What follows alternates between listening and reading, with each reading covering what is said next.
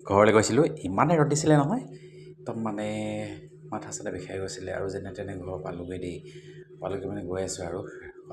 ইয়াৰ মাছ সৰু সৰু মাছ ভাল লাগিছিলে সৰু মাছখিনি দেই খায়ো ভাল লাগিলে বাৰু এইফালে মায়ে আম কাটি আছিলে দেই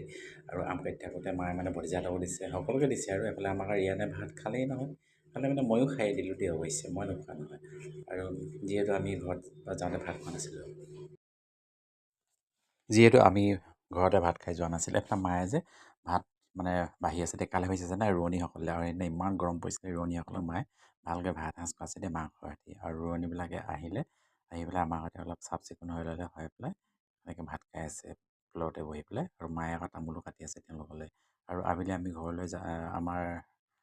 মানে তিনিচুকীয়ালৈ আহিবলৈ বুলি ওলাই আহিলোঁ আৰু আমাৰ ভাইটিহঁতৰ দোকানখন অকণমান ৰখিলোঁ ইমান যে ভাল লাগিলে এফালে তাৰ এজনকো লগ পালোঁ দেই তাৰজনে বজমাই আছে কথাবিলাক দেই আৰু এইবিলাক দেখা নাই বাৰু আপোনালোকে এইফালে আকৌ সেই সময়তে আমাৰ দীঘলী মাহীয়ে কি কৰিলে থানলৈ গৈছিলে আমাৰ ঘৰলৈ বুলি প্ৰসাদ এভাগ লৈ আহিছিলে প্ৰসাদ এভাগ আমি ৰাস্তাতে লগ পালোঁ নহয় আমাকো অলপ খাই যাম